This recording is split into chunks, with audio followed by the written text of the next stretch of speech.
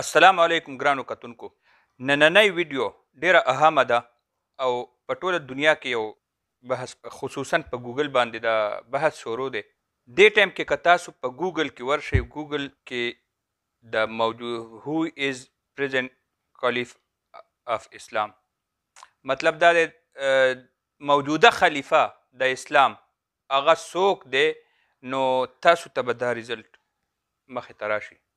دا اوسنی سازش نه دی، دا اوسنی خبره نه ده، دا د ډیر وخت نه دا شی شروع دی. مختلفو مواقعو باندې قادیانیانو د طرف نه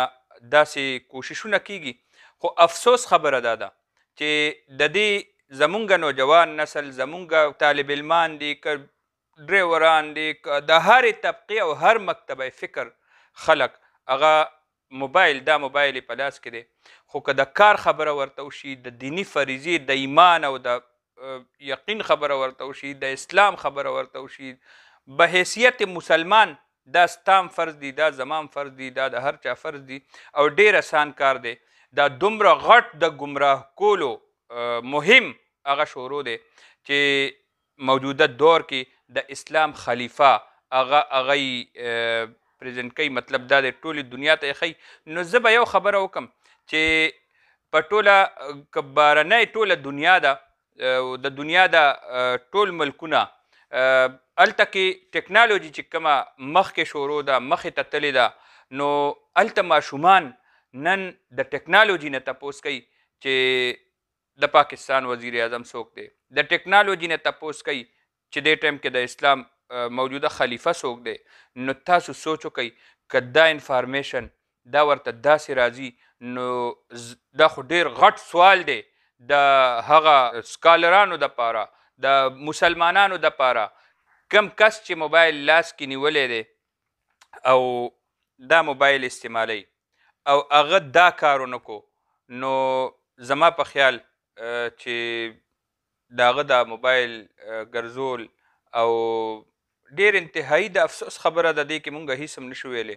خو کم از کم تاسو دومره کولی شئ چې دا موبایل راولئ، ګوګل کې همدغه الفاظ ورکئ او دې نوم لاندې دا چې کوم نوم زما په ژبه نه راځي، دا نوم زه دا نوم اخیستی نشم، او دې نوم لاندې تاسو وګورئ د قادیانیانو د مشر نوم یې ورکړی دی چې دی د اسلام موجوده خلیفه دی. نو دې لاندې فیډبیک دا بټن ده او دې ځای ته لاړ شئ او دا کلیک کوئ، تاسو ته به آپشن راشي، تاسو ته به یو څو چې دا زه نه خوښوم، دا هیلپفل نه ده، دا ویډیو دا دروغ دی او اخري چې دا مس لیډینګ دی، دا خلک گمراه کوي، نو تاسو دا آپشن ورکئ چې دا بالکل دروغ دی. دا ښکتنی آپشن که دا تاسو ووهئ چې دا ټیک نه دی او خپل یو احتجاج به مو وشي، دینی فریضه به هم تاسو ادا کوئ او د قیامت په ورځ خپل محبوب ته د مخ خولو لایق به شو. یقین وساتئ چې دا ډیره اهمه موضوع ده او که نور هیڅ هم نشئ کولی، نو دا ویډیو دا شیر کوئ، دا معلومات دا خلقو ته ورسوئ، ځکه چې په کروڑهو مسلمانان هغه په دې انټرنیټ باندې لګیا دي، موجود دي. ډیرو خلقو ته به پته ني، ستاسو په دې شیر کولو به هغوی ته پته ولګي، هغوی ته به علم وشي او هغوی به لاړ شي او زر تر زره به دا ایشو ریپورټ کی. نو را روان وخت کې کم از کم خلقو ته به انفارمیشن هغه صحیح ملاویږي. دې سره سره زه یو خبره کوم، زمونږ په دې وطن ته به وګورو، په لکونو طالب علمان هغه په دینی مدارسو کې سبق وی، دینی یونیورسټیانې دي، عصري یونیورسټیانې دي. اسلام دا زمونږ مذهب دی او د 1973 آئین مطابق دا خلق خو ځان ته نه مسلمانان ویلی شي، نه دی خپل د عبادت ځای ته هغه جومات ویلی شي، خو په ټکنالوجي په ذریعه دی لګیا دي او خپل ځان دنیا ته مسلمان خولو کوشش کوي. نو دا کوشش ناکامول دا زما او ستا دا ملي فریضه ده او دا په ما او ستا باندې فرض دی، د دې به ما او تا نه تپوس کیږي. نو که نور هیڅ هم نشئ کولی، د ګوګل ته دا الفاظ ورشئ، ولیکئ،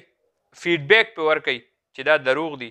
د دې د ټیک کولو انتظام هم کیدی شي، زمونږ خلک کوشش نه کوي. د دنیا سکالران دي، د دنیا مذهبي مشران دي، دینی لیډران دي، که سیاسي لیډران دي، که د هغوی اکاونټونو نه هغوی چې کوم افیشل اکاونټس دي، هغوی کوم سوشل میډیا چې کوم د هغوی هینډل کولو والا ټیمونه دي، هغه ټیمونه د هغوی اکاونټس نه دا براه راست دا شی ریپورټ کي، نو زما په خیال دا به ډېر زیات زور والي او دا به زمونږ دپاره د فایدې خبره شي. به هر حال په ګوګل باندې ډېر زیات ډس انفارمیشن هغه دې ټایم کې خورېږي، دا اوسنۍ خبره نه ده، خو د دې مقابلې کولو دپاره زما او ستا هم څه فرض جوړېږي چې مونږ دا موبایل راوالو او دا یو څو بټنې وو او خپل فرض ادا کړو. ډېره مننه. الله په امان.